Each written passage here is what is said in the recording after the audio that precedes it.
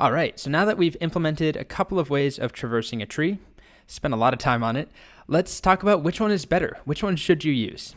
And spoiler alert, the answer is that it depends, and there's pros and cons to all of them. And it's really just dependent on your situation, which is always an annoying answer, I know. So let's start by just talking about breadth-first search in general compared to depth-first search in general. So ignoring the order, post-order, pre-order, in-order, put that aside. Breadth versus depth. Which one would you use in a given scenario? Well, I think it depends on the tree. If you have a tree that is fully fleshed out, like this tree, it's as wide as it can be the entire way down. If we're working with a breadth-first search, remember that we have this queue that we're storing all of the nodes we have yet to visit, all of the children. So let's say we're here. We're going to visit this node and then add left and right to a queue, and then go to this node, add left and right. Here, left, right. So our queue grows, and it stores a bunch of pieces of data, a bunch of nodes. So by the time we're down here, or imagine we have something with a height of like 100 levels down, we're going to have to store a ton of data in our queue, just in memory. By the end, that queue will be empty, but I'm talking about space complexity. The time complexity of depth first versus breadth first doesn't matter. They're the same. We're visiting every node one time. So that's irrelevant. But the space that's used up in this scenario could be a lot more if you're talking about breadth first on a wide tree. Versus on depth first, we're not storing all of those nodes across the tree. We only have to keep track of the nodes in a given branch all the way down to the end. And the way that we implemented it earlier in this section was using recursion. So each one of these is a frame in the call stack where we're waiting for something else to happen.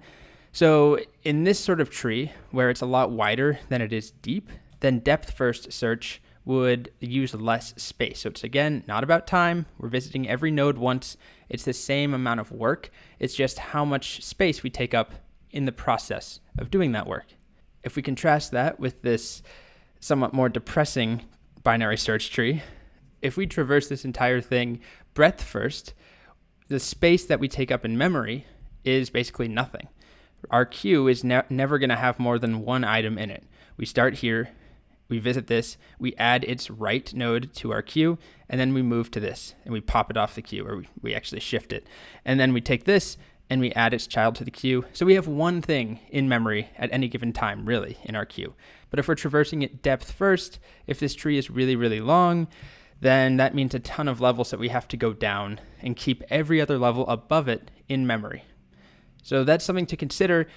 Most of the time, your trees will look something like, well, I shouldn't say most of the time, but most of my experience is with trees that look something like this, rather than a super, super long one-sided tree, which doesn't make much sense to keep as a tree. Okay, so to summarize that, time complexity is the same. We're visiting every node once. It doesn't matter, if we have 100 nodes, we're going to visit every single one, breadth first and depth first, same amount of time. Space, though, it really depends on the structure of the tree. If it's a really wide tree, breadth first could store or take up a lot more space for that queue. If it's a really deep, long tree, then depth first could end up taking up more space.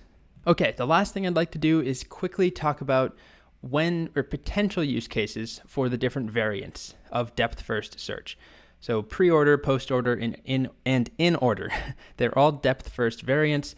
Why would you potentially use one over the other? And there's not really a great answer. I'm going to give you a couple of examples. This is actually a question I put to some of my teacher friends to see what their input was, what they tell their classes. And pretty much the only feedback I got back was, I just teach them and tell them they need to know it because it's good for them. And I don't really have any great examples about when you would use one versus the other. Well, I'm just doing a little bit more than that. I have a couple of examples, but this isn't going to be super comprehensive. But here's one example. When you use in order on a binary search tree, like we have here, if we look at the data we get back, it is in order. We get all the nodes in the tree in their underlying order. So it goes from lowest to highest. So if you want to take an entire large binary search tree where everything to the right is greater than a node, its parent node, everything to the left is less than the parent node, if you use a depth first traversal in order, you will end up with the set of all the nodes in their order. Depending on what you're doing, that could be useful if you wanted to, grab them in a list or put them in a database or do something with them in that order. It's kind of a stretch, but that is worth knowing that that's a side effect of how this works on a binary search tree. Now, when we talk about pre-order, just to recap how that one works, we visit a node first and then do the left and then the right. And what we end up with, in this case, is a list that looks like 10, 6, 3, 8, 15, 20. And this could be useful if you're trying to clone or duplicate a tree, or you want to store it. You want to like flatten it out so you can store it in a file or in a database or something, and then recreate it from that serialized structure. Basically, you freeze dry it, you suspend it in time, and then when you're ready to rehydrate it, you could go and make this the root and then navigate or iterate through this list, and you make this a child, and you make that a child. And it's given to you in an order where you could reconstruct the tree. Versus if we look at something like this in order, you start off with 3 at the beginning of the list. You don't know what the root of the tree is. Versus here, you immediately know this is the root, this is the left, and so on. So those are just 2 situations where one of those variants might make more sense. But remember, at the end of the day, they're very, very easy to switch between. It's not like you're making some massive decision that you can't undo, right? You just change one line, you move it to the beginning or the end of that function call, and then you have the other order. So really, the bigger concern is breadth first versus depth first. All right, so let's quickly recap trees here. They are a nonlinear data structure. They contain a bunch of nodes. There's a single root, and then usually a bunch of child nodes. Binary trees are a special case where we can have values of any type, but each node can have at most 2 children for a parent. Binary search trees, on the other hand, are a more specific version of a binary tree. So we have trees, and then binary trees, and then binary search trees. And binary search trees have to fulfill a special condition. They are a form of an ordered or a sorted tree. So every node to the left of a parent is less than its value, and every node to the right of a parent is greater. So you can only have a binary search tree with data that is comparable. Pieces of data where you can say this is definitely less than or this is definitely greater than. Okay?